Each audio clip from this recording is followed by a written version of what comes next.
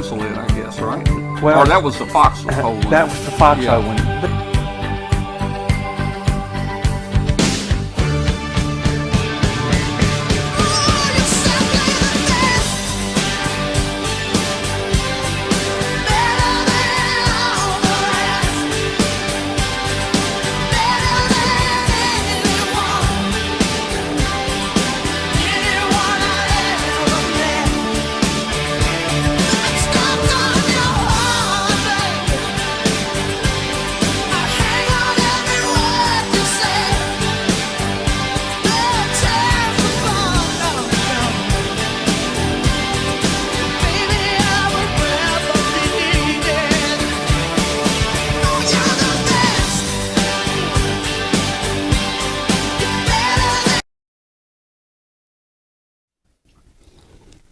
All right, I want to say welcome to everybody out there. This is Amateur Radio Roundtable, and I'm Tom Medlin, W5KUB.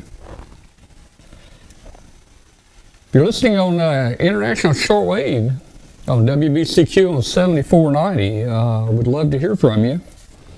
Send us an email to tom@w5kub.com, tom@w5kub.com. Love to hear from you, and let us know where you are and give us a signal report how you're hearing the shortwave station tonight. We're transmitting out of Monticello, Maine, right up on the border of Maine and Canada. We haven't had a 40-meter net the last couple weeks because I've been busy with contractors and different people. Everybody knows the ice storm caused a little damage around here. We're trying to get fixed.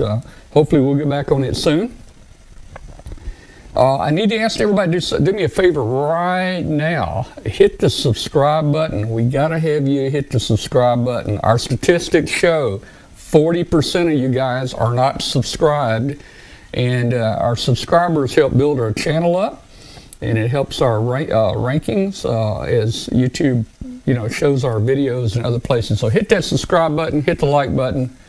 And hey, hit that little bell and it'll notify you anytime we come on live. And sometimes we come on live during the week and just impromptu video and get a gang together and just talk ham radio. Nothing really planned here. So, hey, man, we have got a full crew and the room is full tonight. We've got a special thing going tonight with our friends out in Hollywood. Katie's back with us.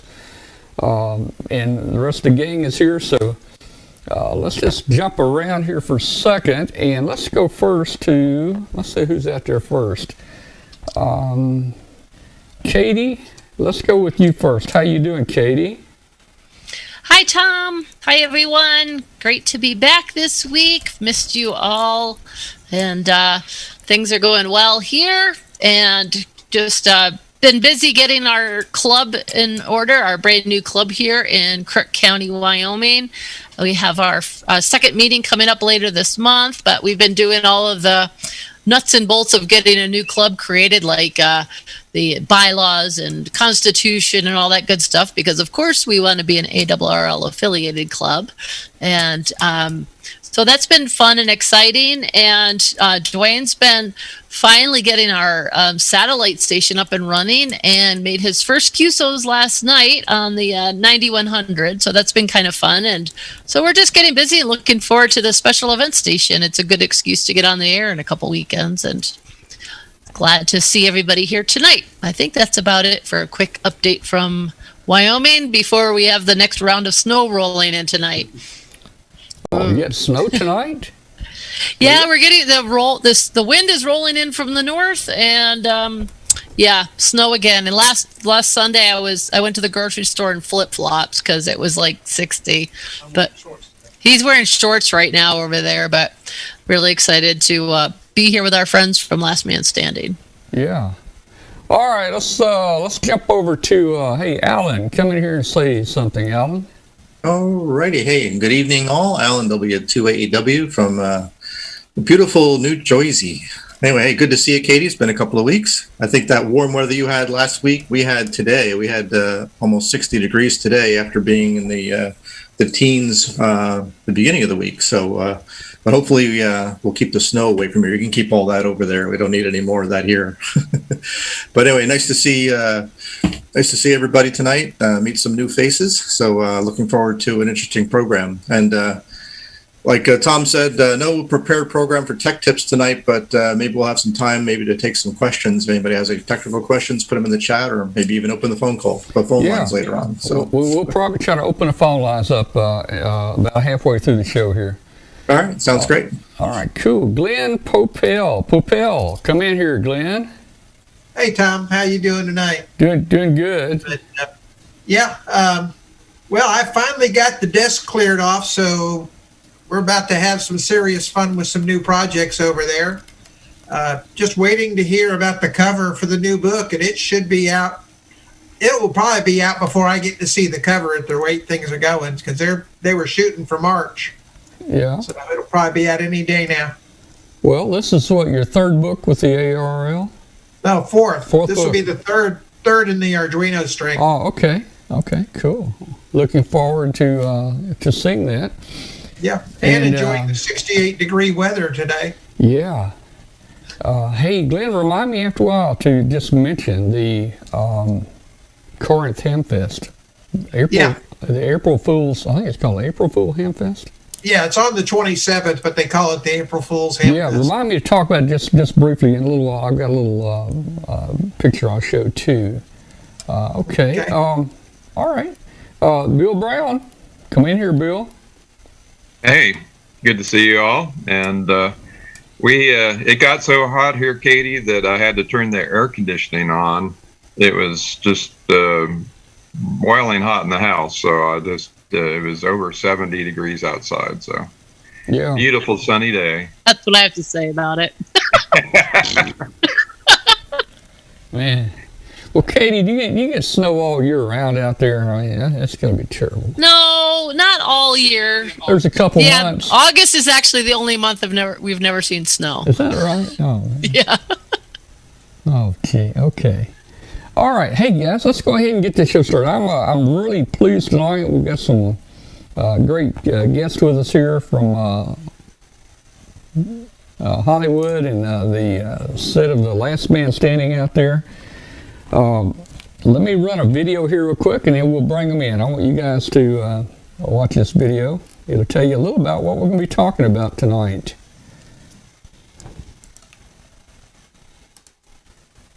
If you're a fan of Tim Allen's TV series Last Man Standing, you'll have a final chance to contact the show's amateur radio club station before it goes QRT. This is KA0XTT73. The week-long KA6 LMS radio special event starts on March 24th at 0000 UTC and runs through 2359 UTC on March 30th. This will be an all-mode, all-band event. CQ. This is KA6, LMS, Kilo Alpha 6. This is Kilo Alpha 6, Lima Mike Sierra calling CQ. Fans will have the opportunity to work the bonus 1x1 stations, K6L, K6M, K6S, W6L, W6M, and W6S.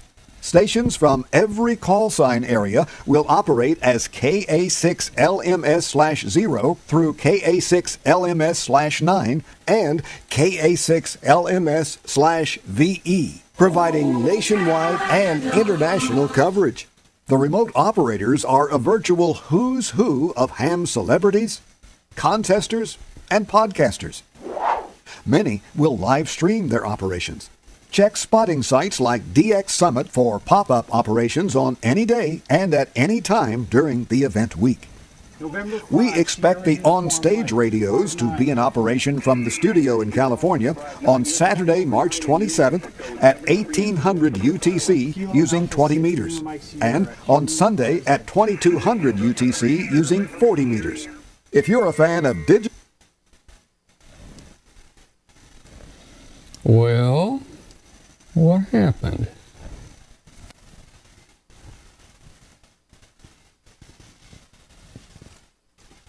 I don't know what happened, John. I don't know. We can roll. We can just roll with it. That's what we do. Tom broke it. We're gonna roll with it. I don't know what's happening here. I've hit You better get the splicing machine out there, Tom. I'm gonna have to get the splicing machine. My goodness. You're lucky it wasn't on nitrate. Okay, all right. This is not good. That's all right. We can talk about fix the event. this. We got about halfway through it, and that is it. All right. This is why we have editing. Oh man, I don't know. The video just not playing anymore, and I'm playing it off of your site. The what is it? The Drive, the Google Drive. I don't know. It's well, you probably had to download it first, but you know what? yeah. Okay. Yeah, nothing plays live through the internet these days. Well, but everybody's on Skype or Zoom or something. But that's okay. We're here to talk about it. I think we have a sense of what the event is. Quick. Let me do this. Let's see. Yeah, try it. Give it a I'm shot. gonna try something here. Everybody we have time. Stand by with me a minute. Standing by. Well, shucks. I should have had a backup playing here. Tom done broke the internet. Okay. All right. Well, that link doesn't give me an option to download it, John. I just click on it. Let's see. Hey, Tom, I understand there's some, the lights are going out in Memphis right now. You're sucking all the power. Well, here's a download right here. Here's a download. I'm hitting the download right now. Let's just see what happens. Well, I hit the download. I don't see it doing anything. You can fix all this in editing, I'm sure. That's what we do. Okay. All right, it says downloading. It's I think it says it's through. So let's just see. I made it a very, very tiny file because I know you wanted speed rather than quality. Yeah, okay. We'll start it again. Here we go. Yeah, cool. Take two. Okay. Actually, Sally and Lou are sharing their screen right now, so you got to switch it back. Yeah, take two. Hey, Tom, I think you need more If you're a icons fan on your of Tim desktop. Allen's TV series Last Man Standing, you'll have a final chance. Hang on, I need what, Bill? Yeah, Tom, I think we're actually looking at Yeah. Sally and Lou's desktop, not yours. So Yeah, I'll get it back on here. Let's see. Yeah, that's the It Discord. would be right there. Okay, let's try again. Here we go, folks. yeah, I know. Chance to contact the show's amateur radio club station before it goes QRT. This is KA0XTT73. The week-long KA6 LMS radio special event starts on March 24th at 0000 UTC and runs through 2359 UTC on March 30th. This will be an all-mode, all-band event. CQ. This is KA6 LMS. Kilo Alpha 6. This is Kilo Alpha 6, Lima Mike Sierra calling CQ. Fans will have the opportunity to work the bonus 1x1 stations, K6L, K6M, K6S, W6L, W6M, and W6S. Stations from every call sign area will operate as KA6LMS/0 through KA6LMS/9 and KA6LMS/VE, providing nationwide and international coverage. The remote operators are a virtual who's who of ham celebrities, contesters, and podcasters. Many will live stream their operations. Check spotting sites like DX Summit for pop-up operations on any day and at any time during the event week. We expect the on-stage radios to be in operation from the studio in California on Saturday, March 27th at 1800 UTC using 20 meters, and on Sunday at 2200 UTC using 40 meters. If you're a fan of digital modes, Saturday, March 27th is your day. At 1700 UTC, KA6LMS will be using D-Star on Reflector 12 Alpha, hosted by the Papa repeater system. At 1900 UTC, the D-Star action moves to Reflector 30 Bravo, hosted by Georgia D-Star. At 2300 UTC, AmateurLogic.tv will host the KA6LMS multi-mode QSO party using All-Star, DMR, D-Star, NXDN, P25, Echolink, Ham Shack Hotline, Wires X, and Yaesu System Fusion. KA6LMS QSL cards will be available for stations who contact the stage directly or through relay stations. Special event certificates, including clean sweep endorsements, will be available via download. The KA6 LMS radio event is sponsored by the Great South Bay Amateur Radio Club's 12 Days of Christmas team and K2 Heroes teams. In association with AmateurLogic.tv, the Papa Repeater System, and Georgia D-Star. And of course, Last Man Standing and KA6 LMS have always been powered by ICOM. For more information, go to www.gsbarc.org/LMS. All right. Well, we made it work that time. We got through it there. And hey, everybody, this is John Amodeo AA6JA. Hey, welcome, John. Hi there, Tom, and everybody here on this podcast. So my first question is, who on earth came up with this insane idea for a special event that crosses through all of HF, digital, moonbound, satellite, and goes for an entire week? Not me, but you will meet the people that sort of made this event as big as it is in a few minutes. All right. Well, hey, we hate to see the show go.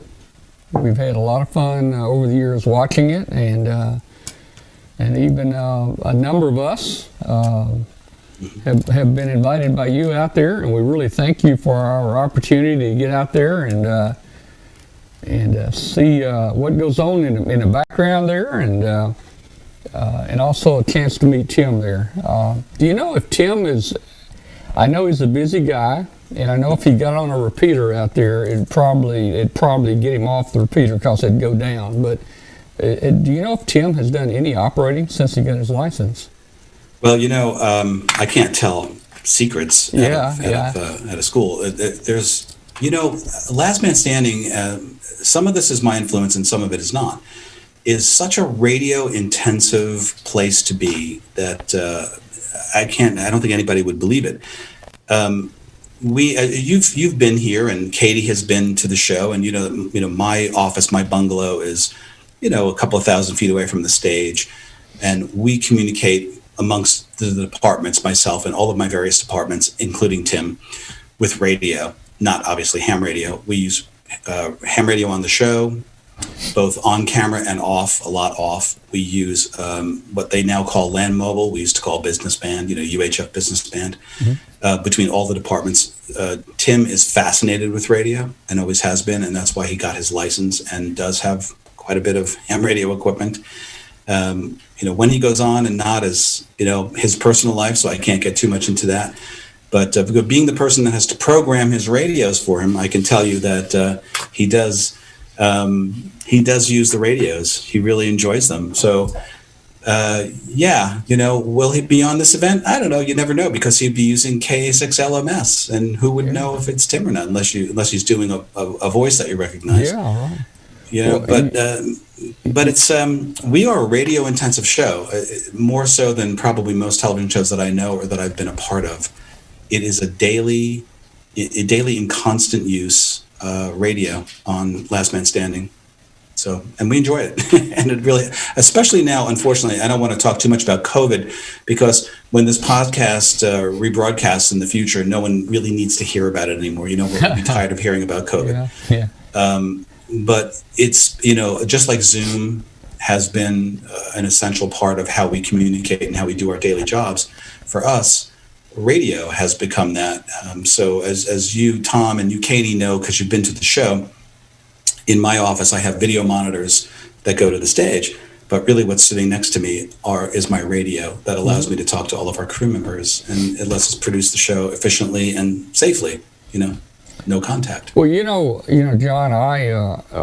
I'm going to take part in the special. I'm going to be KA6 LMS /4, I guess.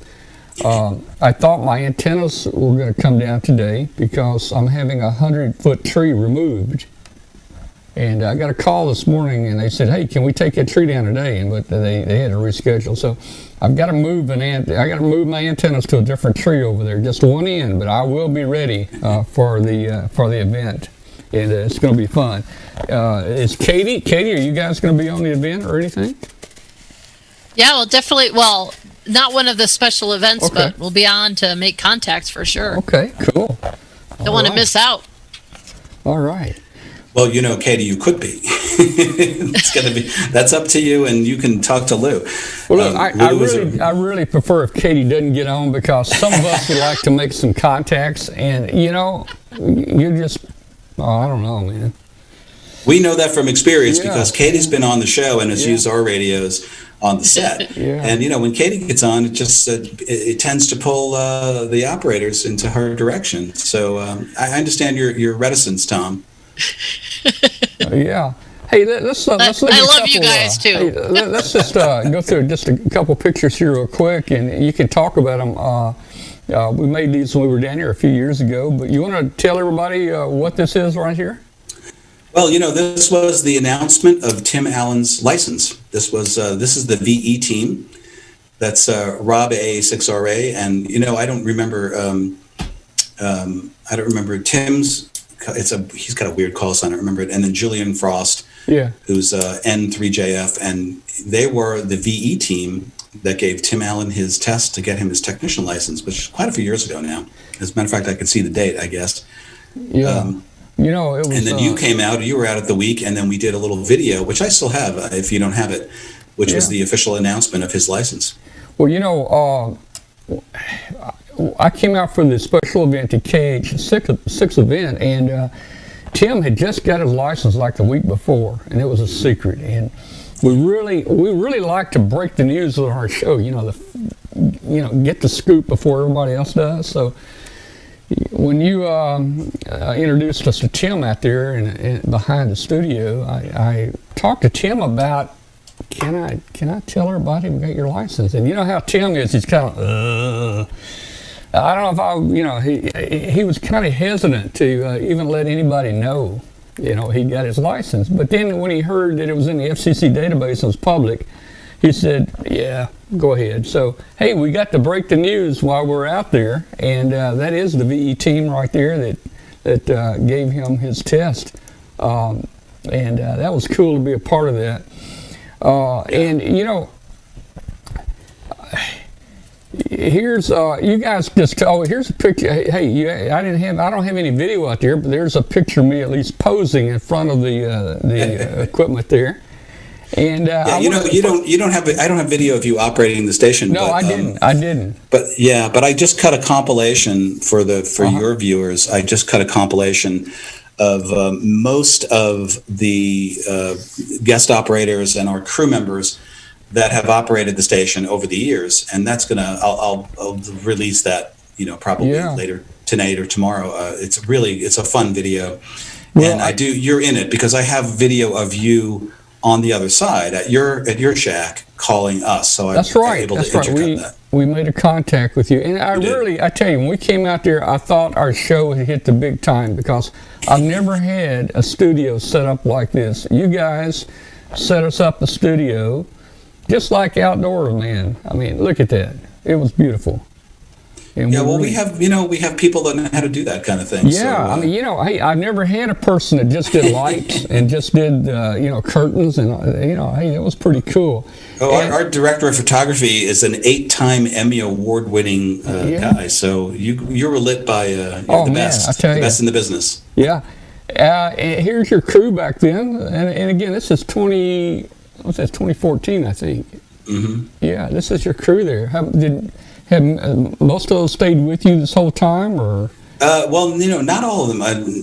Number 2 there, from the left to the right, is Nicole, and she is now a co-producer on the show, and also a ham, of course. Okay. And then number, 1, 2, 3, 4, 5, Billy with the little beard, and Billy is an associate producer now, also a ham, and he's still with the show. But the other kids, when we were canceled by ABC, people have to go get jobs, and so they all moved on, and then they're all in other jobs now. But the rest of us are all together. Right. You mentioned Billy, and remember when we went out to visit, he was our contact to get on site and what have you. And I've saved my our visitor pass when we went to come see you. And it was Billy's listed as the requester. That reminds me, and I didn't pull it up, but I have a picture. When we got there, John, that morning, with all of our equipment, we're thinking, oh man, we're going to have to carry all this equipment. in there, and where are we going to park? We didn't know where to park.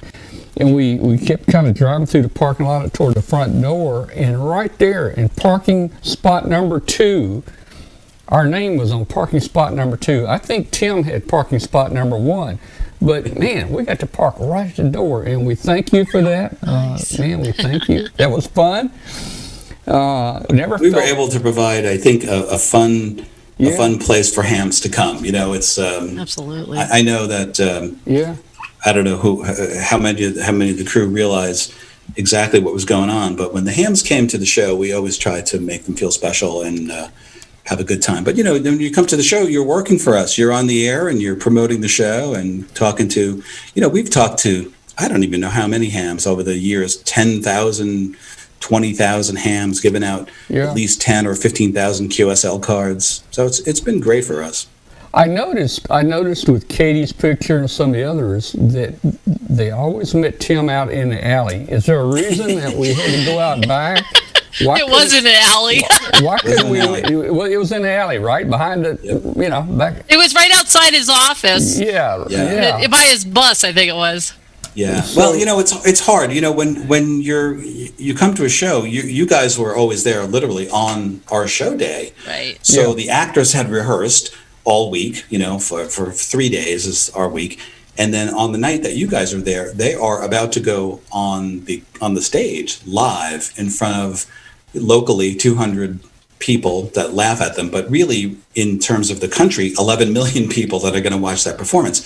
So they're kind of have their performance in their head, and you have to find your spot where they feel comfortable to just chat for a few minutes and not take them out of their character. So I think it was organic in that's where you all just sort of met and then got to chat for a few minutes. Sometimes it's in the craft service room where the food is kept, and sometimes it's out in the alleyway by Tim's bus. Yeah. And John, I have a comment. I used to publish a magazine with Mike Collis, WA6SVT. Oh, sure, I know Mike. Mike has been on my roof. Yes. Well, this is the magazine we sent you, and that he gave you, and one of the episodes, we could see this bright red magazine sitting on the table there on the set. And there's Gordon West and a picture of Gordon West at the Dayton Hamvention on our cover. But I think this is the issue we sent you. I remember it. It's like, you know, for the average American watching our show, the ham radio stuff probably goes by unnoticed. But for hams, they have got to see it. Tim walks into a scene holding a QST, or you look at our radio desk and there's an amateur radio magazine sitting in the in basket of Tim's desk. In Tim's home office, there's a collection of vintage microphones. Happens to be my collection of vintage microphones, an Electro Voice, a D104. I forgot what the third mic is. I guess I'll be getting those back soon because they are my mics. Yeah, maybe. But yeah, I hope that the amateur radio community over the years, or in reruns and syndication, will notice these little touches that we put in the background. You know, it's not like we've only done a few stories that are directly related to ham radio, and those are fun.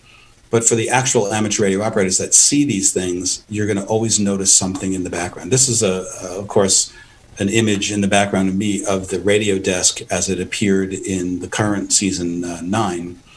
And if you go back through the seasons, it's different in every season. Every year we upgraded it and changed the radios and put more stuff into it.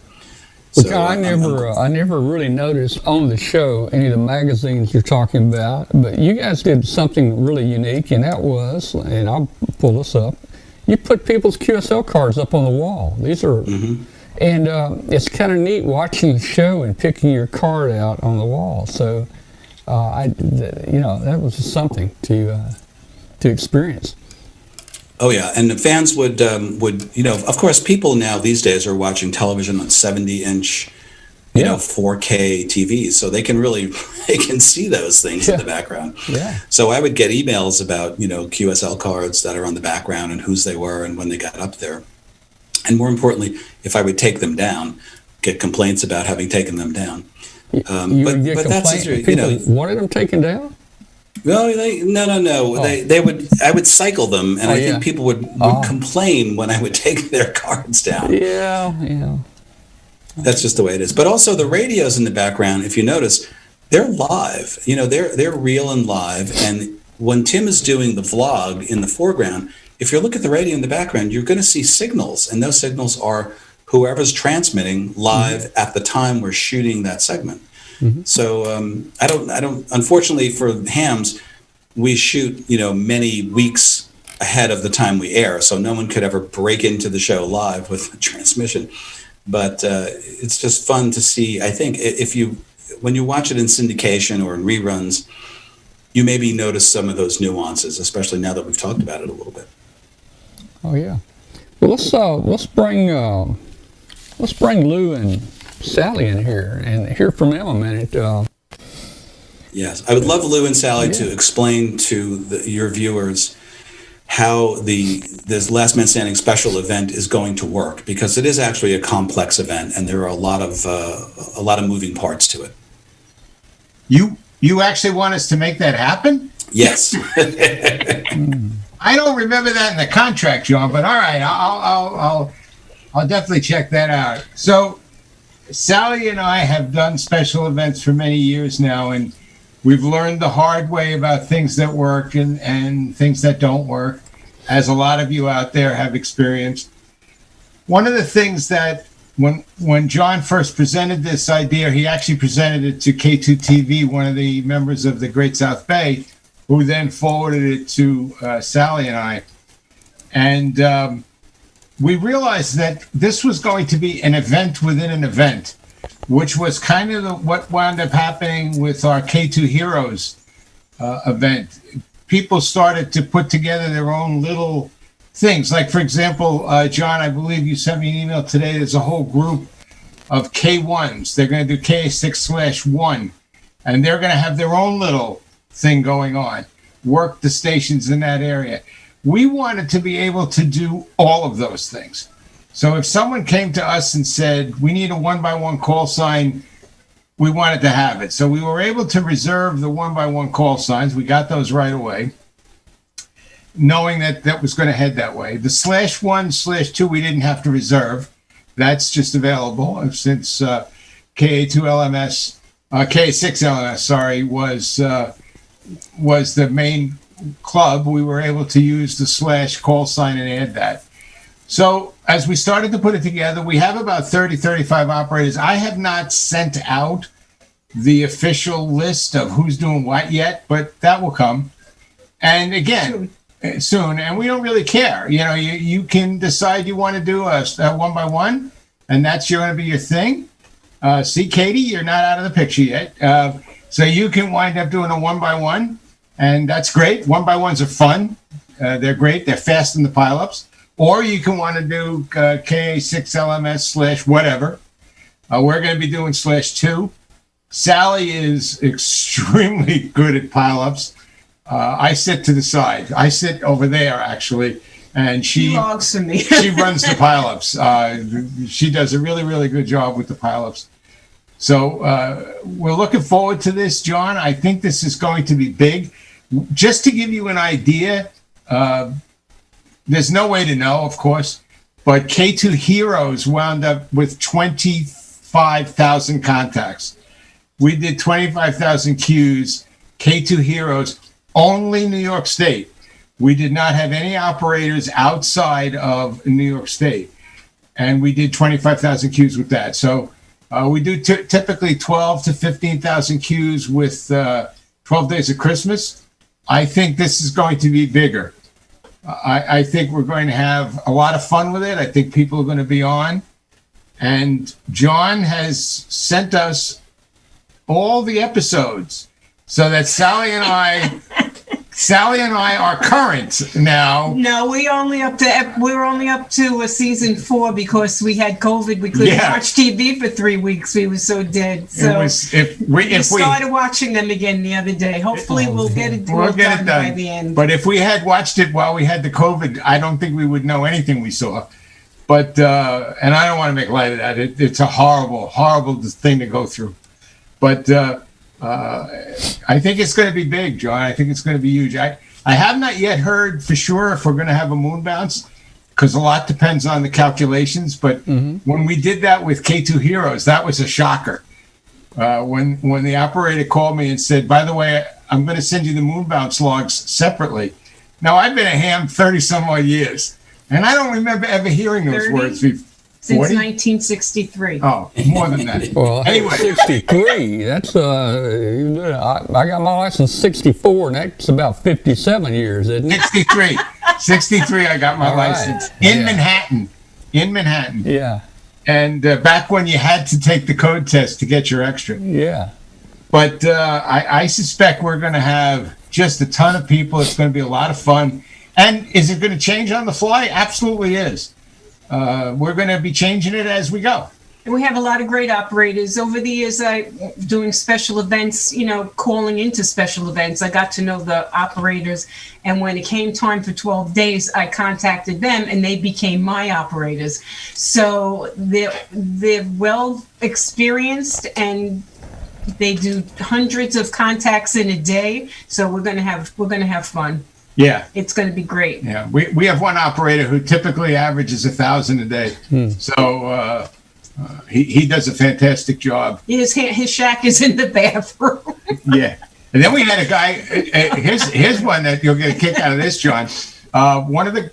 During K2H, one of the guys actually came down with COVID and was quarantined in his ham shack. And he was doing 200-300 a day for us as K2H. So Yeah, he contacted us to operate. yeah, he said, "Can I operate for you guys?" He said, "I think it's a great thing you guys are doing." So it was great. He was great. So are you saying that ham radio cures COVID?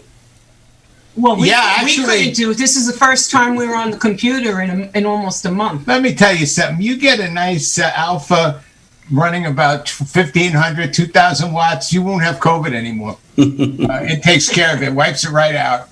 Not 2,000. No, we would never run 2,000 watts. But That's the legal limit. yes, You wouldn't admit running it, is what you're saying. Right. Like they do in Italy. Yeah, I was just going to say that, like Italy. Yeah, like Italy, 400, 4,000. What's that? 200 watts as they blow your speakers off. Yeah. As my set moves across the desk. So, Exactly. but because of the way John set this up, I think this is going to be it's going to be a lot of fun. And don't forget, one thing important, John and I were talking about this earlier, we're a special event, which means the walk bands are legal. You can go on the walk bands. So if there happens to be a contest going on, go on 17. You're allowed. You're a special event. You are not restricted. So it's just going to be a fun thing, and I think we're going to have a lot of contacts. And then the fun starts. And I know that's going to be the next question you're going to ask me, John. What the heck do we do with all the logs? Oh, well, that I'm not gonna think too much about that. We have that covered. We have import routines. Basically, we get an ADIF file from the operator. We have import routines that can handle all of the many. Those of you that have been hams a long time and been with computers, you remember the term standard RS-232? Remember that joke? It's a standard RS-232. Don't worry about it. Well, the ADIF is kind of like the same thing. It's a standard, except it isn't. So we have written routines to import, to ingest the logs and put them into a main log. And that's where the certificates get generated from. That's great. That's going to be really helpful. Because tomorrow we start the first of our last 3 episodes. And I knew that I would be very busy, and that's why I'm so grateful to have you guys helping with this project, because not only is it going to be a lot of fun, it's going to be fun for us too. I'm going to get on the air. We're all going to get on the air. Rob, AA6JA, who's been like the official voice of Last Man Standing, is going to be on the radios at the set on the Saturday. I'm going to be on the radios on the set on Sunday. We're going to take check-ins through relay stations, and we're just going to try to get everybody in that has ever wanted to contact us and get them our QSL cards and whatever people want from this show, because it's a very hopefully it's not a once in a lifetime thing, but it is certainly rare that a TV show would have a working ham radio station on the set.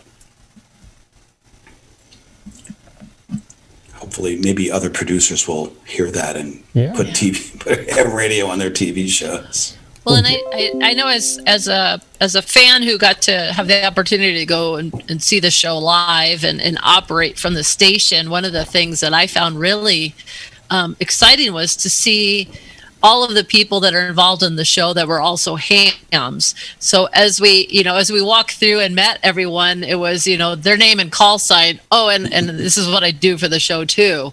And it was really mind blowing that, there was such a huge buy-in by everyone, which I just realized this was 2015 when we were there, and how much that's even changed and grown. But yeah, it's neat to have that level of involvement, that it's, even though the station's there in the show and like you said, it's live, but the fact that it gets used and that you have all of these people that are actively involved in keeping ham radio alive from the set. It's a really, I think it is, at least certainly up to this point, has been a once in a lifetime. And I think it's also been an amazing opportunity to give ham radio such a positive spin out there, for people to see a different aspect of it, in that, obviously the cool factor of it being in Hollywood and all that good stuff, or Studio City. Yeah, well, it's the same thing. And I totally appreciate you saying that, Katie.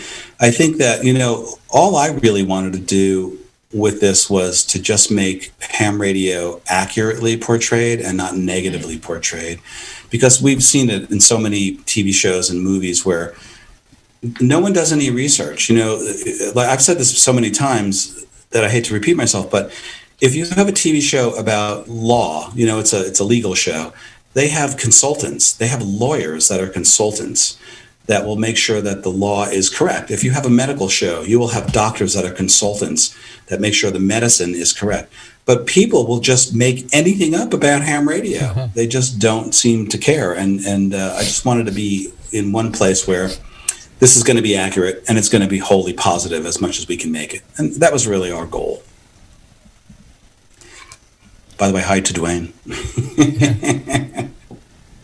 Well, and you're right, and that's and also, anytime that ham radio shows up in any show or a movie, usually it's not always portrayed in the positive light, but most of the time it's inaccurate, like you said, and then inevitably, the hams go wild on QRZ about it, and everybody gets so upset. And how can people not do their research? And so having it done properly has just been a huge boon to ham radio, I think. It makes me crazy too. I see a show and they talk about ham radio, and in the background there's usually a receiver with a microphone plugged into it, and they're using handles instead of call signs, and whatever, it doesn't matter.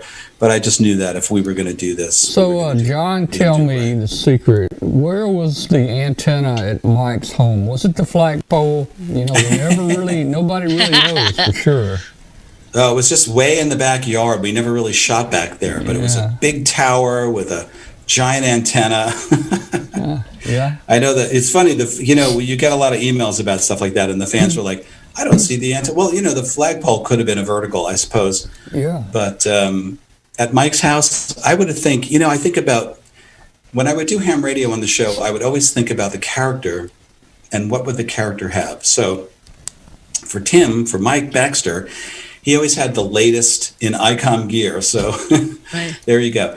And I imagine he would have had probably a step-IR, a stepper, multiple element, and he would have had it on a tower that would have been probably a powered, because Tim and Mike Baxter, as did Tim Taylor, likes more power. So he would have had it on a big, tall,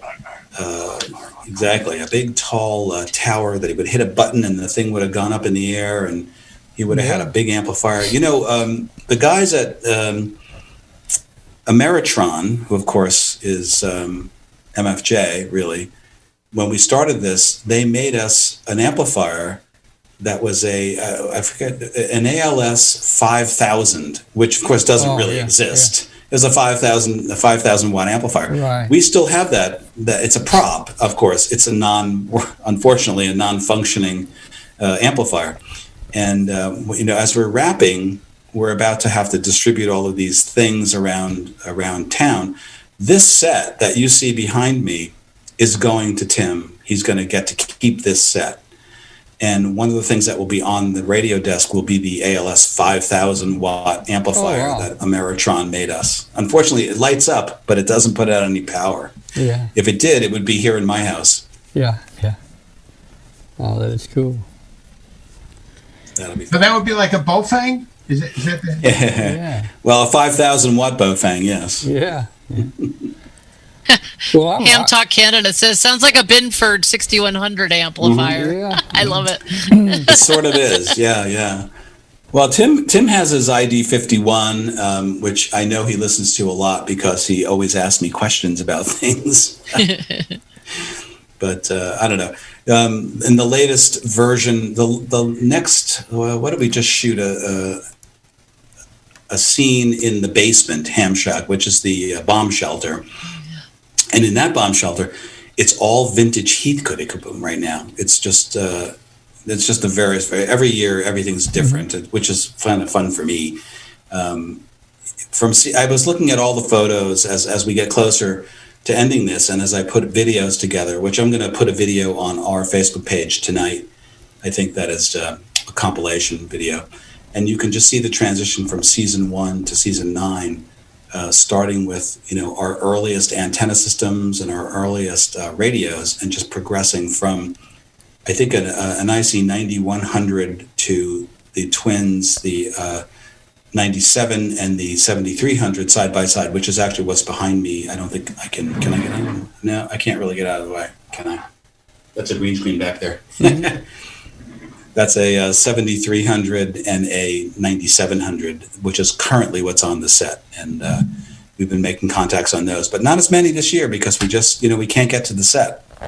As you can imagine, there's a lot of trouble. Can you tell us what the Facebook page, what we should look for to find that page that you're going to post all that? Yeah, I can. It's, boy, that's a good question. I don't have the URL in my head, but while we're talking, I can probably bring it up. I've been sharing the special event website on the chat room for folks. And a couple of people have asked, and this is probably a question for you, Lou. Will there be, are you going to try to post like what stations are on and when, or is it just kind of through the week, just listen out for these particular call signs? We're going to try to do both. We're going to tell people, a lot of the operators have already said I'm going to be on, 20 hours a day. But we're also telling people, go to the DX spotting. Okay. Go to the spot DX program. Mm-hmm. Plus, there's I have a set of instructions that will be on there for all of the operators, and anyone can read them and say, okay, this is what the operators are going to try to do. Plus, don't forget Discord. One of the things that we've used Discord for with these special events is the operators telling each other, stay off 20. Don't waste your time. Go to 40, or go to 17. So there's the Discord. You can go on Discord and see it on there too. So good question. So really the best bet is just get on the air and tune around and find people. You'll find us. Yeah, find it. It's like the contest. Just listen for the pileups. It's kind of like the contest. When the band is dead, if you come on, you will make the band open up. Yep. And listen to the YL ops. Yeah. Hey, here's your website. This is the gsbarc.org website, and it's got a lot of good information for anyone talking about the dates, times, the calls, QSL cards. It just covers a lot of things here. So. And we're going to be adding some more stuff. John gave me. John was being easy on us because we were sick. So now he sent me a list about 1.5 miles long that I'm going to be working on tomorrow to bring it up to date. Okay, well, sounds good. I guess the thing to say is that this is a combination of a lot of different kinds of special events. If you are familiar with the 12 Days of Christmas or even the 13 Colonies, half of this will feel familiar in that operators from all around the country will be on the air all throughout the day and night. And yes, you probably need to look at the spotting sites like DX Summit and others to see where they are, or just tune around and hear where they are. But in addition to that, we're going to be on D-Star, System Fusion, DMR, FT8, RIDI. I mean, there's so many hams doing this event that each have a specialty, and all of them will be using their specialty to work this event. So if you are into a particular thing, like let's say you're a technician, and you go, well, I can't work 20 meters because I'm a technician. So you can reach us through D-Star, DMR, or System Fusion. You could get on FT8 and reach us. We're going to try to work 10 meters. We have participants in Australia. We have participants in the UK that are going to work, internationally on the digital modes. Maybe the propagation will open up and we'll get these contacts through HF. But there's a way into this event from so many paths that you just have to be open to them. Maybe go on the GSB website and see where people are, and certainly the spotting sites, because we'll all spot ourselves. And we're trying to be very inclusive and have across the board of your level of operating skills and across the board of your license class. We're going to have CW at any speed. So, if you are learning CW right now and you go like, well, I'd like to try to contact them, but I only can do 5 words a minute. We'll work you at 5 words a minute. We don't care. We're not proud. And that's how you will learn how to do CW. If we only respond to you at 35 words a minute, you're probably not going to do it. But we'll just slow down and work you. And because we're here to work everybody we can possibly work. And then, this will be over at some point. John, if I could just for 1 second on the CW, Please. K2 TV, during the K2H, the K2 Heroes, had what I called slow speed pileups. He used to get on CW at 7 words a minute, and he had a pileup going. And it was great to listen to these people work at CW, especially I'm a CW operator. So, you know how tough it is. And here's a guy, and he's going, and he went for hours. He went for hours with this, what I call the slow speed, 8 word a minute, 7 word a minute pileup. And it never ended. So it was great. And I suspect Bob is going to be there. So hopefully he'll be able to do that again. Yeah, I think that's important. It's important because people have the conversations about how do we attract new people to the hobby. And the fact is a lot of people are attracted to the hobby, but what's important about it is not to repel them from the hobby, not to have them come on the air and be told that I can't talk to you because you're not fast enough, or you don't know the lingo, or you don't understand how to tune your antenna. It's about inclusivity and not exclusivity. Okay, hey guys, it's been fun talking about this tonight, and the event is still to come. We're going to have a lot of fun with it. See if I can. Okay, there's your Facebook group. There it is. Just go to Facebook and search for KA6LMS, and you can join the group there. Yeah, I think actually the GSB, and did we put the GSB address up anywhere yet? We did. Because that's the I haven't put it into the chat this room. This is it right here. Okay, I appreciate that. Yeah, that's really going to be the most up to date. I mean, I post things on our Facebook group, but in terms of the event, you really need to go to the gsbarc.org/LMS, and that'll tell you what's happening on a daily basis. And if you decide you want to operate, just send me an email. And Lou, I'm going to have to get with you to figure, again, all the logging and what's required to report. I'm not going to be working 1,000 contacts a day. Neither will I. It's going to be fun to participate, And I've got to get it to you. I've got to get it to you in whatever format you need it, Yeah, if ADIF works fine, and to be honest with you, as we said during K2H, the K2 Heroes, every contact counts. We don't care. If you make 10 contacts a day, that's fantastic, and that's going to make 10 people really happy. So, it doesn't matter how many. It's not a contest. It's just a fun event. All right, very good. Well, hey, you guys, hey, we're looking forward to it. It's going to be a great event coming up here, and hey, it's going to be here soon. It starts Wednesday the 24th, right? Yeah. Couple of weeks. Wow. Hey, not very far away. Wednesday the 24th, guys. Get your radios ready to go. We're gonna have some fun there. You guys, hey, you're welcome to stick with us the rest of the show. We don't know what we're gonna talk about. It's gonna be kind of a, just a happy get together tonight.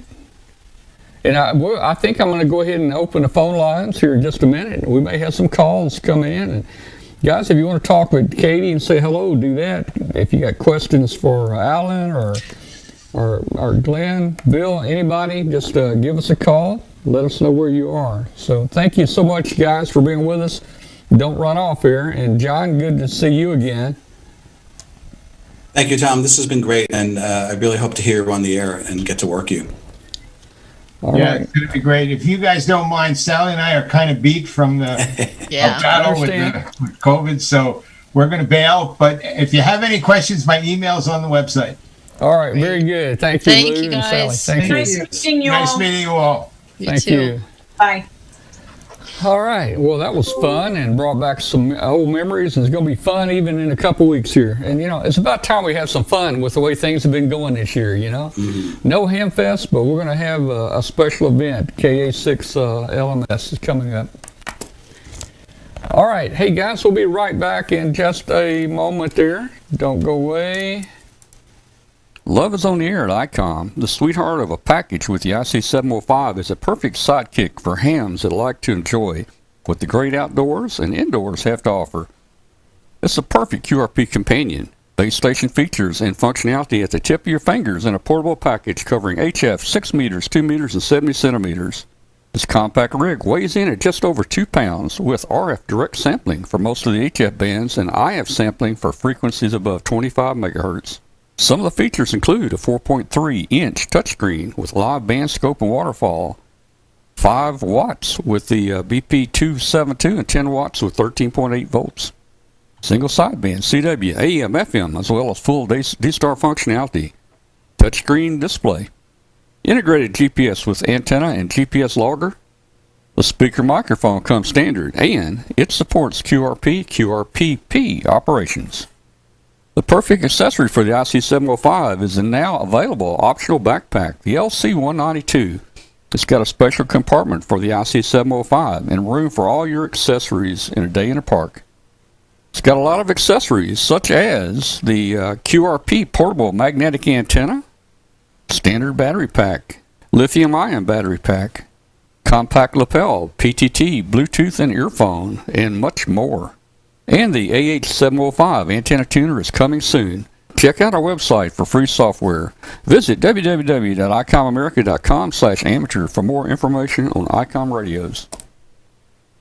LDG Electronics provides state-of-the-art antenna tuners for every amateur need. From QRP to QRO, fixed stations, portable and remote, an LDG tuner will match your radio to your antenna using our lightning-fast proprietary tuning algorithms. LDG is a family-owned and operated company dedicated to bringing innovative, quality products to the amateur market. All LDG products carry a full 2-year warranty that is fully transferable. Support is only a phone call or email away. We're always here to help you. Visit us on the web at ldgelectronics.com. All right, we are back, and I'm going to go ahead and we'll open the phone lines in a minute. See, we can't get a few people outside interested. Yeah, here comes our next pile up for Katie. Yeah, let's see if we can get a pile up. Let's see if we can get a pile up here. Let's see, we're going to host here. Let me put the number up on the screen. You just hush, Glenn. Let's see if we can get a pile up for Katie. Let's see how many calls we can get. Let's not get a pile up for Katie. Yeah, let's see. Hey, I saw in the chat room, it sounds like, Alan, did you just do a tech visit for a club?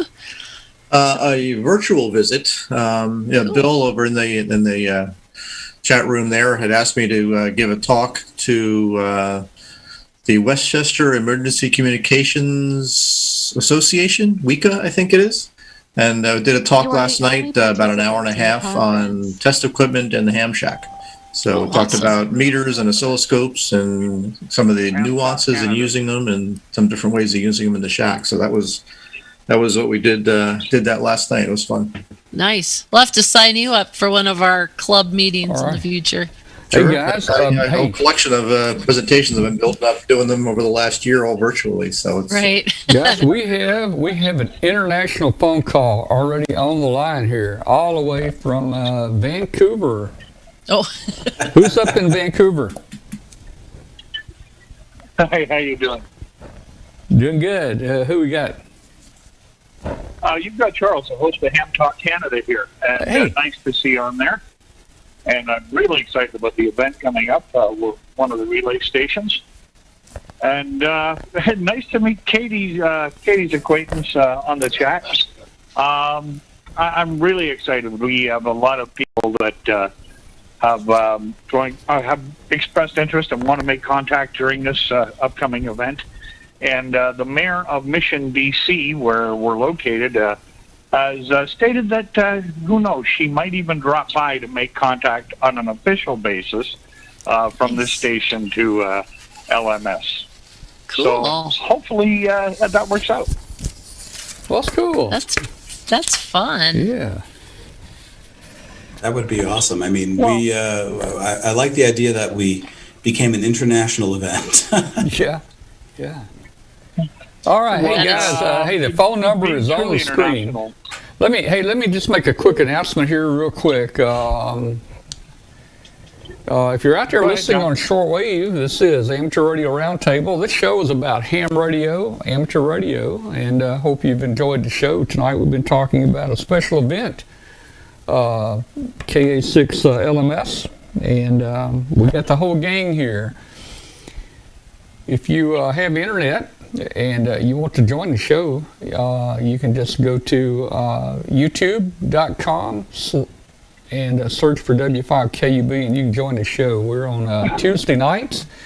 You're actually listening to this on shortwave on Thursday afternoon, so we've got that kind of set that way. It makes it easier for us. So it's Thursday for you, but it's Tuesday for us. I don't know which one's first, but hey, send us an email to tom@w5kub.com.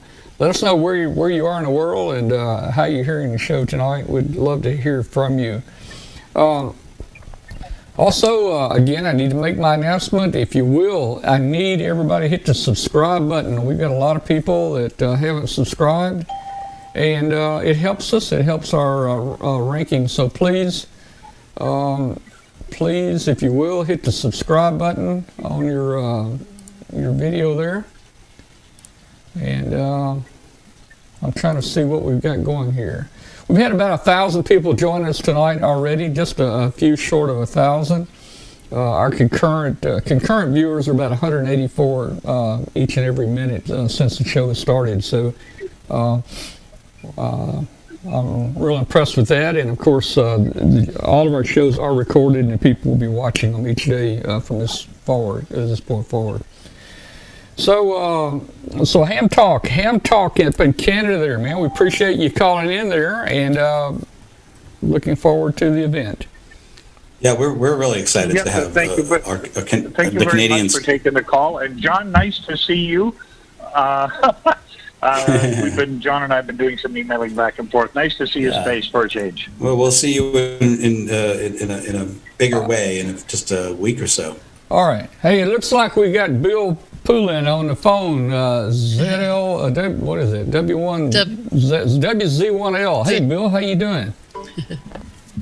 Hey, good evening, Tom, and hello to John. John probably doesn't remember me, but I commandeered him at the Drury back in 2000 after his little talk there on DMR in the snack bar there, and he was very nice.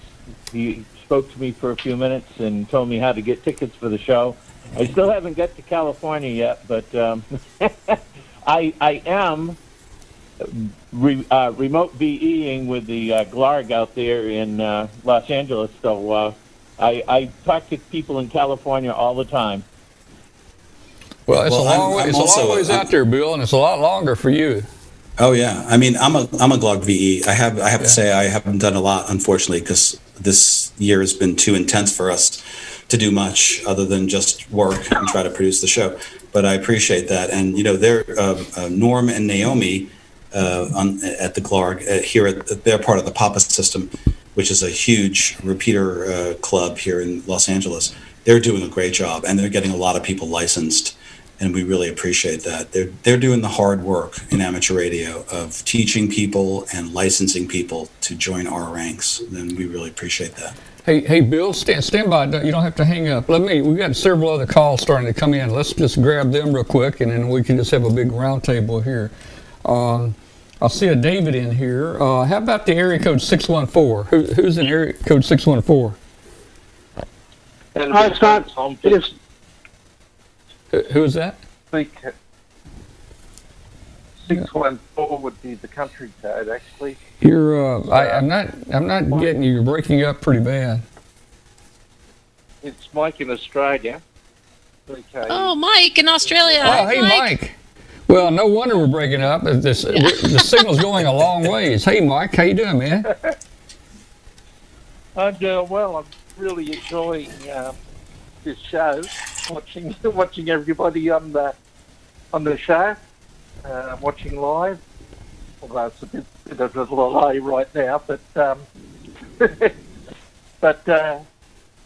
yeah, I'm looking forward actually to seeing if I can join in on DMR or D-Star or something like that from here. So we'll just have to see, maybe even Echo Link or whatever. But unfortunately, I don't think propagation will do 20 or 40 metres to the US this time of year. Well, Mike, I had a person from Australia check in the 40-meter net last year, our 40-meter net before the show. So things might get a little better. But my antenna's just a bit of wire strung up in the tree. He needs the AL5000 amplifier. Yeah, you need the 5000 amplifier, Mike. Mike, you must be on a different phone tonight. You're usually just loud and clear. What's going on down there? Yeah, I've got you a little distorted this way too, Tom, so I don't know what's going on. Yeah. But anyway, I'll let you continue on with the show. All right, well, Mike. Hey, Mike, just stand by. You don't have to get off. Our phone system can handle 1,000 simultaneous phone calls. I've never tested it at that level, so just hang in there, okay? Hang in there. Yeah. We can take 1,000 calls, so just hang in there a minute. Who's in area code? Mike's probably on his lunch break down there. He usually pulls off to the side of the road and calls in. He is. All right, who we got? I am on my lunch break, Katie. Yeah. Who we got? Area code 563. Is it a David? Mike's probably on his lunch break down there. Area code 563. Is that David? No, Thomas Russ. Russ. Russ. BK. You do that to me every time, Russ. You got to get that phone listed different, man. Oh, I love to mess with you, Tom. Yeah, well, I'm gonna make a note. You know what? I can go in. You know what? Hey, guess what? I can go in the phone system right now and put your name by this. Yeah, that's what I'm gonna do. Set name. Well, thanks to LDG Electronics for the antenna win a week or so ago. Yep. Got that. It's wonderful. Number 2 was loved Katie's thing on the Binford 5000 amplifier. All right. You know, I remember the old Binford stuff from way back when. Yeah. I think it should be called the Binford 5005, but that's okay. And Katie, while you're there, could you ask Dwayne what that satellite was? I thought you said it was a 5100, and I'm not sure that's right. When he just talked on here a day or so ago. Yeah, well, he was working it on the ICOM 9100. Excuse me, the 9100 that we have. But do you remember the name of the satellite? CAS 4. It was a CAS 4. I think one of the little CAS, Chinese CAS4. microcubes or something. Yeah, CAS4. Yep. Yep, got it. Okay, needed that. Thank you very much. All And right. thanks so much for the LMS info. Hey. Tom, great show. Hey, Russ. Very informative. Russ. Next time you call, Russ, your name is going to pop up on caller ID. I fixed it. All right. Hey, You did one time. you got the antenna. Catch you later. Thanks, Tom. Okay. All right. Have fun with that antenna. Good night, man. All right. Hey, Bill. Thank you now. Let's go back to Bill up in Massachusetts. Bill, you there? Is Bill still there? Oh, he left us. I think he's still there. All right, let's test our phone system. Let's see if we can get a few hundred calls here at the same time. Okay, we got to. You want a phone pileup? Is that what you're trying for? Yeah, that's what it sounds like. It's a new phone. Sounds like a huge disaster to me. Yeah. Yeah, I guess I'll start logging for you, Tom. Yeah, if you would do that. All right. All right. Well, hey guys, while we're in a lull right here, we're not getting any more calls, but the phone lines are open, so give us a call. Let me give you a little status on our balloon endeavors. You know, this show has tried to keep a balloon in the air for about. I'm here, Tom. Oh, what was that? Is that Bill? Yeah, I'm here. All right, you got to stand by now. It's my turn to talk. You didn't talk when I asked you to, man. So stand by. All right, so the show has kept a balloon almost in the air for about the last 14 or 15 months, maybe even longer. We tried an experimental balloon last week. We built this big 9-foot balloon out of some special film. And, you know, we just didn't know what it was going to do. I didn't have a lot of confidence in it, but I thought it would have done a little better. We got up to 37,000 feet, and then it just started coming down. So I'm sure at that point it probably pressurized, built up, and it probably ripped a seam or something where we had sealed it. So, you know, so our... And Tom, it landed in Alabama, not too far from me. And, we may go out and do a search effort. Some of my tracking team might go out after it this weekend. Yeah, it transmitted several hours yesterday, by the way. You say it did? Yes. Oh, that's going to cause a little trouble on the next launch, isn't it? Maybe. Yeah, maybe. Okay, well, we'll see what happens here. So the solar panels must be turned up where it's getting a little light in. You think it's in a tree, maybe? Probably. It was only right around noontime. Hour or two either side of noon. Okay, all right. So, hey, our homemade balloon didn't work. We put a lot of effort into it. In fact, we did a video on it. I think I showed it on the show. I think what happened is we used a comment when we launched it. I think we used the comment "let her rip," and that was probably something we shouldn't have said when we turned loose of the balloon. So, Tom, when you showed that video, you said you put a little too much hydrogen in it, a little more lift than you wanted. We took that out. We did take it out. Oh yeah, we took that out because we were trying to be very careful. But this was we were in uncharted waters here. We didn't know exactly how much to put in it. But based on the other balloons we've been flying that are a little smaller than that, we think we were close. Well, anyway, our next launch, we're going to try something different. You know, right now we have other balloonists out there that are flying the inexpensive $4 36-inch Chinese clear balloons. They're flying those right now, and now's a good time for those because it's winter time. And the storms are all basically below the equator. And these little 4-foot balloons, some of them have gone around the world 4, 5, 6, and 7 times. Isn't that right, Bill? Yes, and I just inflated one to test it, and it had several leaks in it around the seam. They do a very poor quality on their quality control. So you probably ought to do seal it with an iron, just reseal it before you fly it.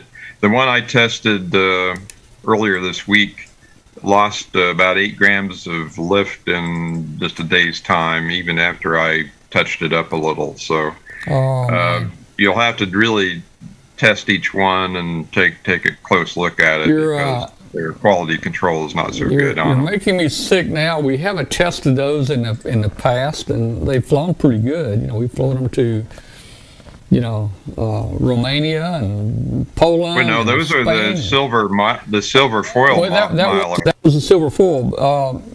We've flown. I'm talking about the Chinese clear one. Yeah, we've flown a few of those back in the early days. So that's what I've got, some of those, and we're going to try that now. So we want to do something different. We always want to do something different on our launches. So I took another stab at the high power amplifier we want to run. So I was able to get it put together. We are using a MOSFET, and I've got it very stable. We've got a low pass filter on it, and it looks really good as far as I'm concerned. The current doesn't change a whole lot from 3.2 volts to 4 volts. It stays pretty good in there, and the output power. So when we get down around 3.2 volts, we're somewhere between 19 and 20 dBm. We're real close to the 100 milliwatts. And when we start getting up around the 4 volts, we get to around 21 dBm, which is, I think that's 125 milliwatts. So this could possibly be a 70 to 100 milliwatt transmitter as we're flying, based on how much sun we get into it. So what I'm going to do is... What kind of current drain does it draw? How much current? It's drawing about 50 mils. It's not really high. In my early days, it would go 100, 120, 140. It was all over the place, And it's fairly consistent. Between the 19 dBm and 21 dBm, it changes anywhere from probably about 50 mils to about, I don't know, maybe 80 mils. Somewhere in there. So we think we got enough power with the solar cells. I'm using the little glass solar cells that we hate, but they to get a little bit more oomph in them. And we're going to sit outside probably the next day or two to see how the amplifier is acting here. Typically, the little tracker itself hooked to a 17-foot wire up in the air. Usually during the day, nobody picks it up here at ground level. When I was testing before, and I think when I put that 100 milliwatt amp on, I will immediately start seeing people pick it up. So that also tell me that it's working. So I did something interesting a couple of days ago. I launched on that beautiful morning. I launched a 10-meter whisper balloon. I saw that. Yeah. I'm a big advocate of the 10-meter band, and I believe that once our solar cycle starts kicking off very soon, I believe that it's going to really start opening up quite a bit. And even if the band is dead, the balloon will still act as like an APRS, not quite as good at coverage, but there are ground stations listening on 10 meters on Whisper all over the country and all over the world, and there's quite a few of them right now. So your ground wave signals from the balloon during the test I did, I had quite a number of stations in Alabama and Georgia picking it up on ground wave with excellent signals. So, and I also did something interesting, is that I used the 10-meter antenna as a 2-meter antenna, and I transmitted teletype on 2 meters right directly into that 10-meter antenna, and I had excellent signals from that as well. So that's cool. It's going to be fun to try and open up 10 meters. I'm going to do another one, and this time with a bigger balloon. I used the 2 of those foil balloons side by side instead of on top of each other like they recommend. Well, that doesn't work. You can't put them side by side because apparently they bang against each other, and when it got to float altitude, it just popped catastrophically and down it came. So it is true, you really need, if you're flying 2 of those small party balloons So you have to stack them on top of each other. Yeah. So, but I'm going to try another one soon on 10 meter band with the SBS 13 bigger balloon, and try and keep it up there for a few weeks and see when the band opens on 10 meters, it is wide open with low power. I mean, you work all over the place. David has a question that says, wouldn't a 10 meter balloon require smaller equipment than a 20 meter one? Well, yes. But I tell you, my 20 meter antenna is 1.5 grams.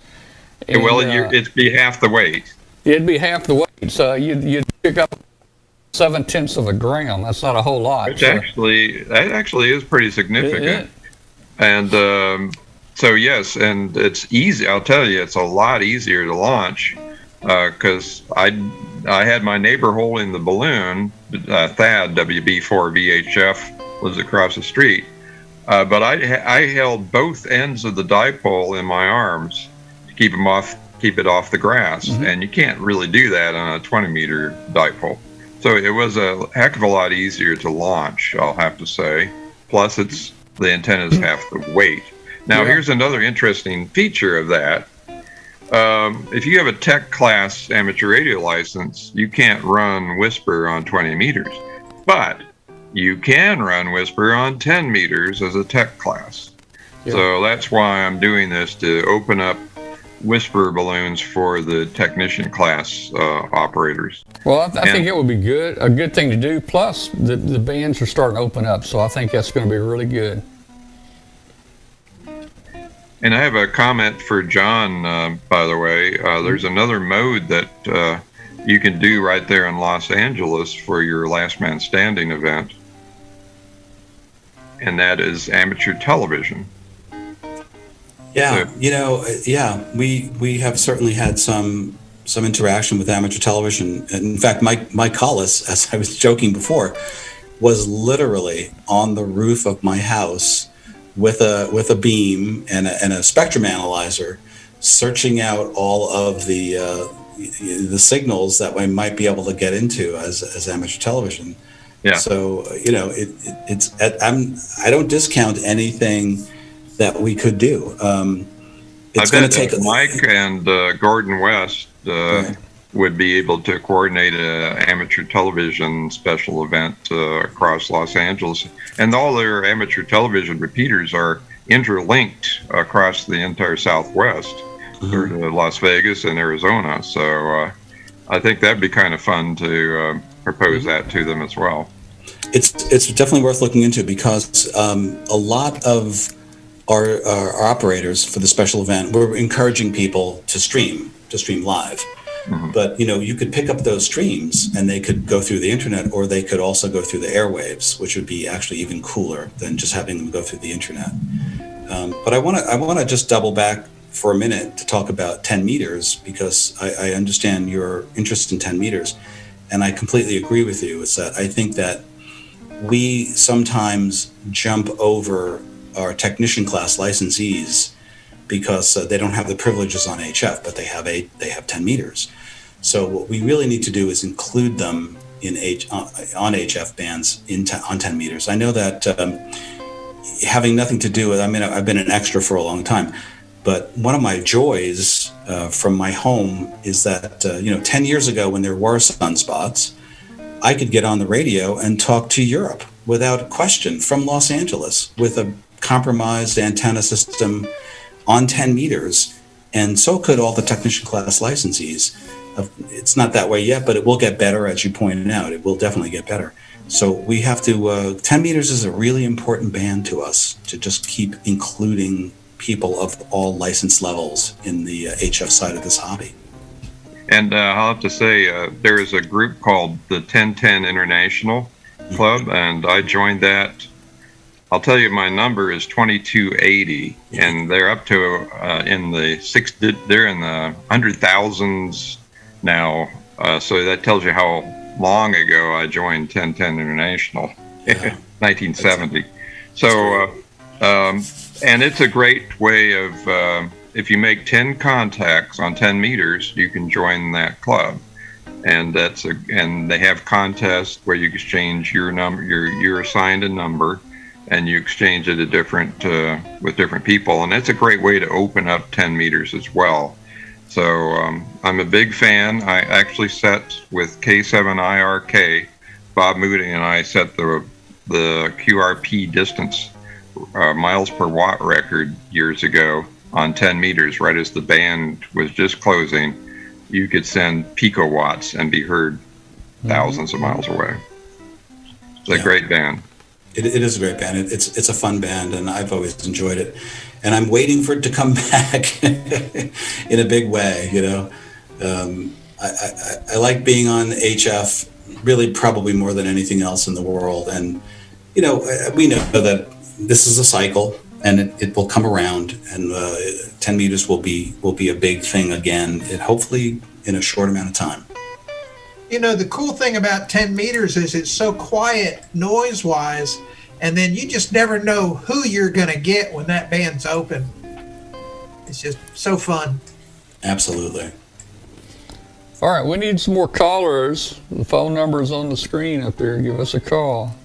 I don't like listening to the music on hold. None of us do. All right, come on, guys, give us a call. Make that music. In my go world, away. I have to pay a lot of money for that music on hold. So. Make that music go away. You know. Hey, do we have anybody new that's joined us tonight in the chat room? We'd love to hear from you. If you're new, first timer, give us a shout in the chat room. Looks like we had 1,200 people come and go on the show tonight. Very good. Super. So that's good. Oh gosh, here's me. I had a question in the chat from our friend Charlie in Uruguay about looking to maybe build or pick up or maybe even build a GPS disciplined 10 megahertz reference oscillator. And it's not a project I've done yet. I was wondering if anybody here has done one or picked up one. You know, I know there's a couple of kits. One kit that kind of comes out of China, and then there's a couple of other kits that you can find. From SDR kits and things like that. But I was wondering if anybody had played with a 10 megahertz GPS disciplined reference oscillator, and give Charlie a little bit of a tip there. Well, I haven't, but I mean, there are so many little oscillators that you can buy now for $2 and $3. You know, the little packages and like. Oh yeah, but I mean, the whole idea with getting this thing, GPS disciplined, is it can be down to the couple of parts per billion types of frequency accuracy. You're not going to get that with the little crystal oscillator. Really? And but the way it works is that it basically uses the GPS receiver and then takes the 1 PPS signal that you get out of the GPS receiver and throws that into a PLL with a very, very slow loop time to train up a 10 megahertz reference oscillator. Okay. And it typically takes a half an hour or so for the thing to finally settle out and get rid of any of the drifting and banging around of that oscillator. But once it's locked on, the loop filter is so slow that it keeps it within a few parts per billion. Makes a really nice reference oscillator. But that's more accurate than probably anything I've got here. Yeah. So. But it's an interesting project. I know some people have built them before, but it's not a project I've taken on. So I was just wondering if anybody had one they'd recommend. I had a rubidium oscillator on 10 megahertz. You can buy those for around $100 or so on eBay, and that's a really neat way of getting part per billion accuracy. Yeah. But doing a GPS disciplined deal, I've done that on some of my balloon trackers to adjust the frequency. My synthesizer has more than one output, so one of the outputs I set to a low frequency, like a few hundred hertz or kilohertz, and I count how many cycles I get, how many cycles I'm receiving over one part on the 1 pulse per second from the GPS, and that way I can see if my transmitter is drifting. Yeah. All right, we've got a bunch of people just called in. Terry, are you there, Terry? Okay, this is Charlie. Hey, Terry, how are you? No, it's Charlie here. From Charlie. Oh, Charlie. Okay, well, there's a Terry. Let's see. Oh. I see several people. Charlie. Yeah. Oh, yeah, Charlie. You're down in Uruguay, Charlie. But I also see I think I see a Terry, and I see somebody in Albany, New York. I see somebody I don't know. But anyway, how you doing, Charlie? Charlie in Uruguay. Hello. Hello, how are you? Doing good. Yes, I was just listening to Alan's reply. He also sent me a link, and also to I don't have his name now. Bill. He was also replying about the disciplined oscillator. Yeah. That I want to, because I'm a bit paranoid, because I'm starting to lose confidence on all my frequency counters and oscillators, because all of them give a different result. So I don't know.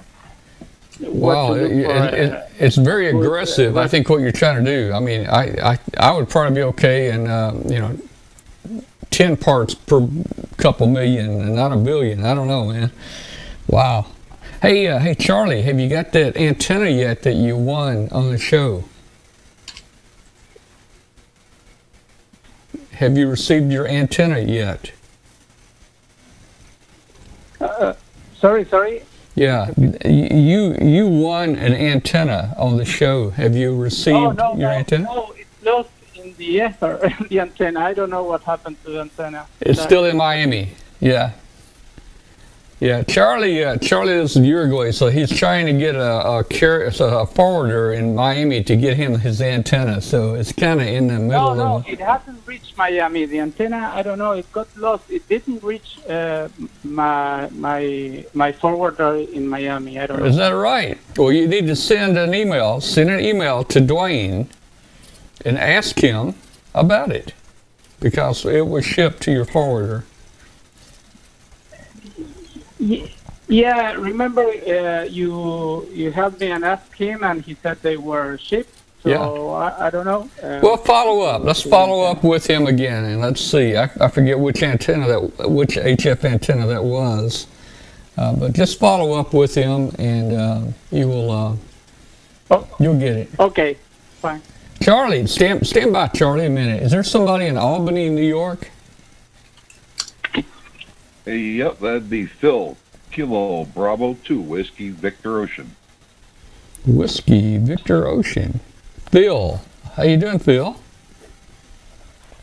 Oh, not too bad. How are you guys doing? I had a couple questions for John, if I could. Yeah, go right ahead. I'll see if I can answer them. Yeah, all right. Hey, if they were already asked, my apologies, because I took the old man nap and kind of missed the beginning of the show. My apologies. That's okay. I'm due for one soon. John, I was curious, and they were awesome shows. All the little digs, mixing in old tool-time stuff. When they had Randy and the wife on, the ex-wife there from the Tool Time. Whose idea was that? Was that your guys' idea or Tim's idea or what? Oh, it's the writers. It's all the writers. Everything you see on any television show comes from a team of writers. And they're pretty smart people, and they know how to make funny things happen. That's awesome. They did awesome. I loved it. I loved the little digs that he had, and, they were playing off of it. It was awesome. Did you see the episode where where Mike Baxter plays opposite Tim Taylor, the tool man? That's fine. That was a funny episode. We were dying laughing on that one. Oh my gosh. That was fun to make because Tim had to play both parts, and of course, we had to shoot it in layers and then composite it all together electronically in post-production. But I think it's something the fans wanted to see for years is where's Tim the Tool Man, and then he got to actually act with Mike Baxter. So that was really fun for us. Yeah, that was great. Getting him hired to fix the sink or something. Like, I can't remember what it was now, but Exactly. that was a good one. Now, are you guys going to be auctioning off anything when the show is all done, or what's up with the equipment and stuff? Well, the equipment is pretty much on loan to us. The radios have always come from ICOM, and every year they have sent us. We send radios back at the end of each season, and then the next season, they usually send us what is the newest, coolest thing, and then we put it on the stage and use it for a year or two, and then send it back to them. And I'm not sure what happens to it when they get it back. But no, unfortunately, we're not going to be able to keep it or give it away, or it's just going to go back to the manufacturers that loaned it to us. And we've had so much support from the amateur radio community in terms of radios and all the ancillary pieces and parts. Mick Swartnick at Comet has been great to us, and Emmett Hohensee at Radio Waves has helped us with antennas, and so many other companies have lent us the stuff that you see on the TV show. There was never a budget for amateur radio because the show is about a family, and it was not, specifically about amateur radio. So we had to find a way to get this equipment without paying for it, quite frankly. And the amateur radio community really came up and helped us make this happen, which is a credit to everybody that contributed some piece of equipment or some knowledge or some, just like we are now tonight talking about the special event radio station. Everybody here is a volunteer. Everybody here is doing this because they really love the hobby. And that's how it's always been on the show. So unfortunately, we have to give all the equipment back, but it's been great to have it for all these years. I have a quick question. Who came up with the concept of featuring the ham radio station on the show? Well, it's a combination of things. When I met Tim in our first meetings and we were talking about his character, who would Mike Baxter be? And of course, we knew that he would be the vice president of marketing at Outdoor Man, which is this big fictitious chain of sporting goods stores, which, is kind of like Cabela's or Bass Pro is what it's modeled after. But Tim had his idea that Mike Baxter would be an outdoor man. He would hunt and fish and camp and hike, all those things. But that he would also be a bit of a survivalist. He would have a bomb shelter. He would have freeze-dried food and generators and all of that stuff. But then he said, which was very surprising, he said, and then I'd have radio equipment, which, of course, we're all hams. And we'd go, what do you mean by that? And he said, ham radio. And I said, yeah, I know ham radio. I'm very familiar with it. And because at the time he was very interested in ham radio and getting his license and just all kinds of technology. He's a maven for technology and things. Everything from high-powered flashlights to the latest, cell phone to everything in between. The best cameras. He just loves technology. So he had asked me that, and I'm connected to this community, so I knew where to go and how to make that happen. And called around to almost all the manufacturers, and it was really Ray Novak that answered the call and said, "Yeah, we can hook you up." And then because I like real things on my shows, rather than have a metal box behind us with blinking lights on it labeled ham radio, why not have real ham radio? And then, of course, the next level is if you've got a ham radio on the set, why don't you buy a piece of coax and hook it up to an antenna on the roof and make it real? So we did all those things step by step. It was really organic to do that. And on the show, you don't have to go far on a TV show to find technical people that already have ham radio licenses. It's not a surprise. Our video people, our audio people, these are all technical people. So some of them already had their licenses. And then because we have a lot of time on our hands, it was pretty easy to convince our younger people, rather than sit on your computer all day and download music illegally, you could get a ham radio license and we'll buy you a handheld for free. We'll give you a handheld for free. So we within a few years, got to 35 people on the show that had their licenses. And then, of course, the next logical step was create a club, which we did, and then, get a license, and then operate from the stage. So these things happen pretty naturally. It was nobody forced it to happen. It was really Tim's idea initially, and then I kind of facilitated it. And we are where we are with making thousands of contacts, sending out thousands of QSL cards, and hopefully we're going to do that all again in about 2 weeks. Maybe we'll double our numbers. But it's really been fun for not just me. I'm been a ham since I'm a teenager. But the people on the show have really embraced it. And in fact, I'm about to upload to our Facebook page this little compilation video that I did. And there are some very, very funny moments. In fact, Katie, you are featured heavily in this video, both on camera and off. And I know we all know Hope, who's a young ham, and she's been on the show as both a child and as almost an adult. And I edited this thing myself, and I did this wonderful dissolve where you're contacting her, and I just dissolved from her being a little girl with her little stuffed animal to her being essentially a teenager. Oh my gosh. It speaks to the longevity of the show, but also the interest that our fans have had in ham radio over these last 10 years. And Neat. I'm going to drop that in a few minutes, and I think people will find it at the very least funny. And also Laura, who's our sound mixer, KI6MIX, she's an extra, but we put her on HF, very first time in her life. And she got a gigantic pileup, and her reaction to, if you've never been on HF, you guys know what it's like to be on the other end of a pileup, where this wall of sound comes at you. And her reaction to that is priceless. So you'll all be able to see that in a bit once we finish this, and I'll put it on our website. Fun.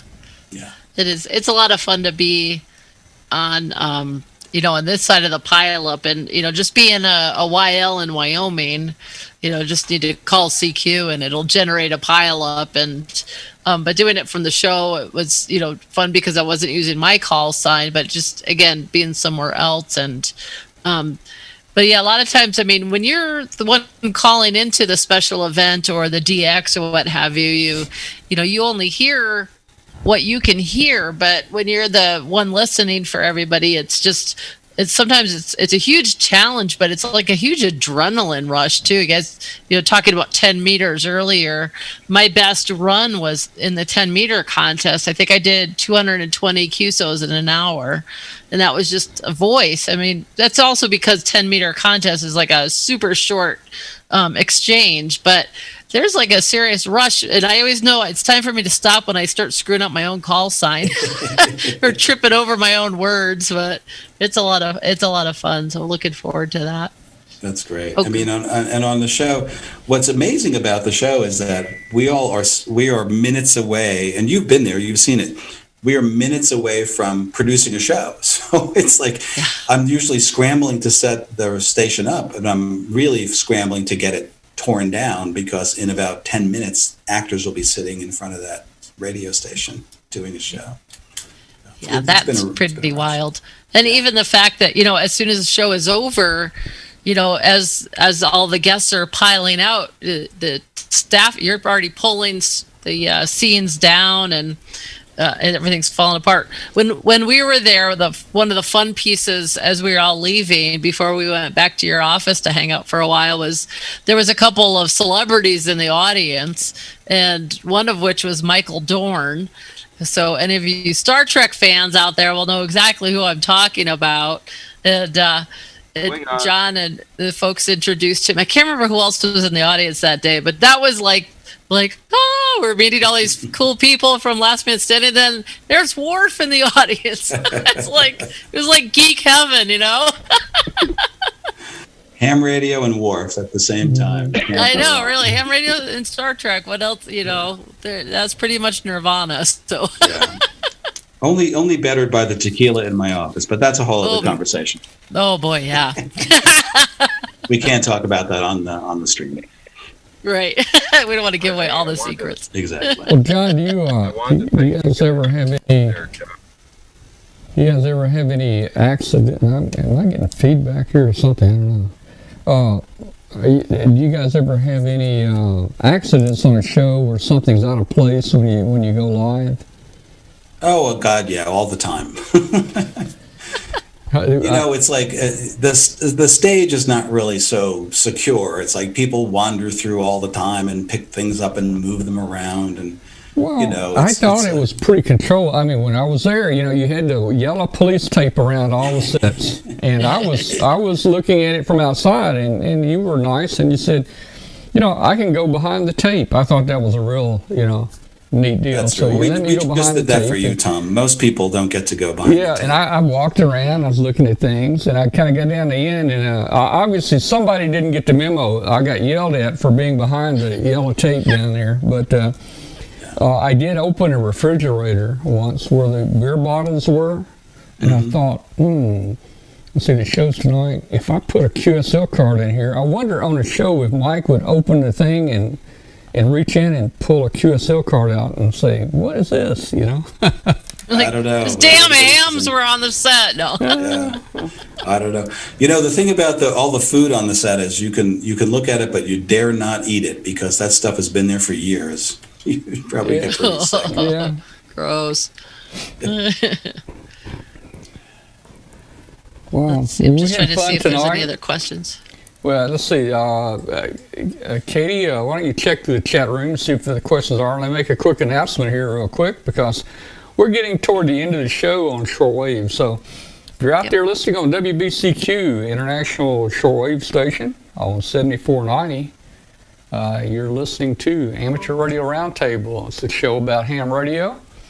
Send us an email to tom@w5kub.com. We'd love to hear from you. All right, Katie, we got anything going in the chat room? I just saw that Bill was asking if Jet was going to be back. I know that he wasn't on this season, but will he be back at all for the last of this season at all? I don't know because they haven't written the last 3 episodes. Oh, okay. Okay. I hope to see him. I mean, no, he was one of the most active hams on the show. Yeah. When he got his license, he was on fire with it, and we arranged for him and his dad to have ID 51s with the first radios he had, a little handheld D-Star radio. And he would be out in the parking lot. We'd have to pull him back in to get him to come back on the show. Mm-hmm. And he would just work stations through repeaters all around Southern California until we went out there and dragged him back onto the stage. So he was really having a ball with it.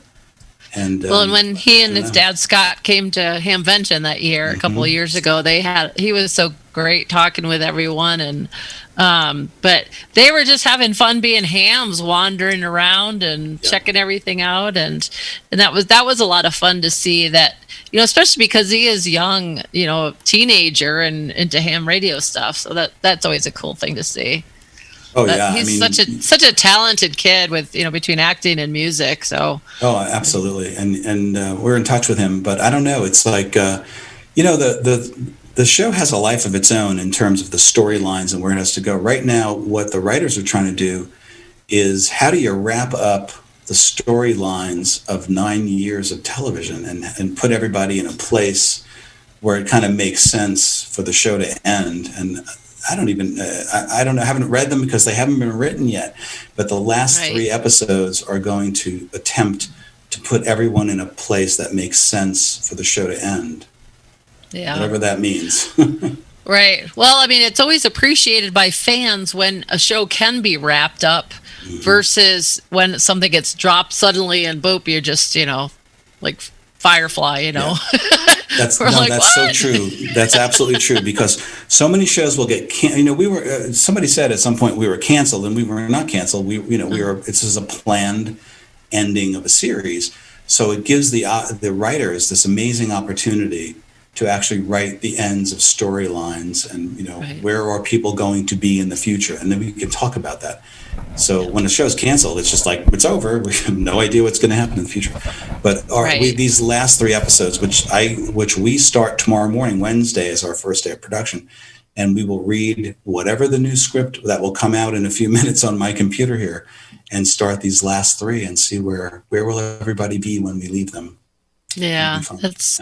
I'm sure. I mean, we're going to be sad as the fans who love to watch the show, but I'm sure for all of the countless people that are involved in it, it's it's the end of an era, and I know certainly from from us as a family who love to watch the show, we're sad to see you go, but so appreciate the past 9 seasons of a great TV program, and outside of the ham radio aspect, it's a great TV program, and so many people love it, and it's just been so great to have a good TV show with great content and humor, and sneak in some ham radio stuff in there. I mean, it's like win-win.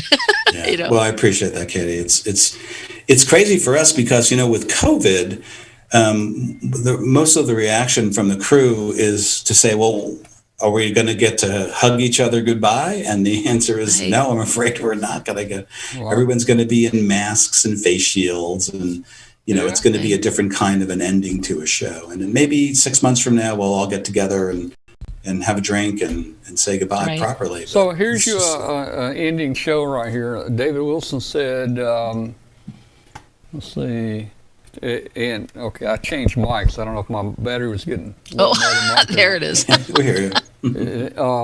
David said, in the final scene, Tim powers up the ultimate linear amp and he shuts down the U.S. power grid. It could happen. It could happen. Maybe Fox TV is taken out by a megawatt of ham radio. Yeah. Great. We could never run an amplifier, unfortunately, at the stage because apparently it would set off all the alarms on the whole studio lot. So, oh my God, we never ran more than 200 watts on that stage. John, I have an ending. Yes, sir.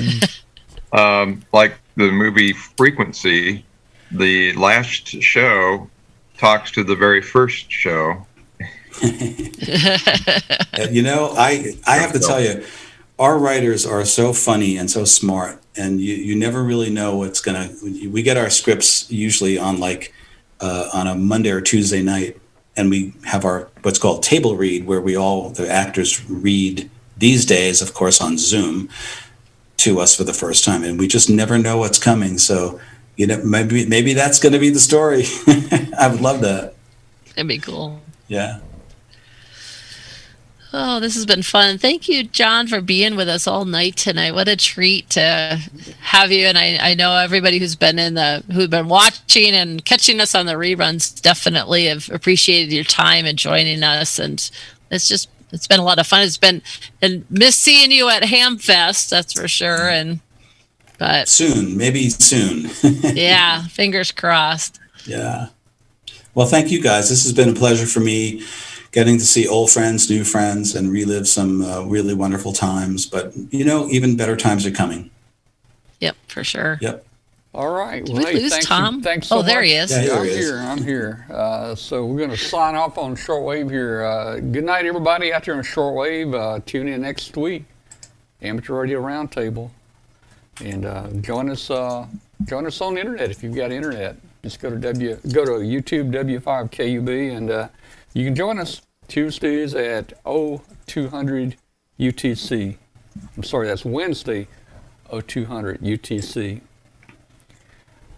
All right. Well, guys, we're going to end this show. You guys on Zoom, you can stick around a second. Yep. I'm just going to go ahead and end the video. Say good night to everybody out there. Thank you.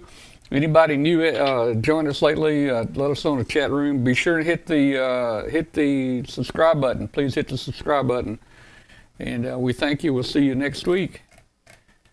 So, good night, everybody. Thank you, Tom. Good to see you guys.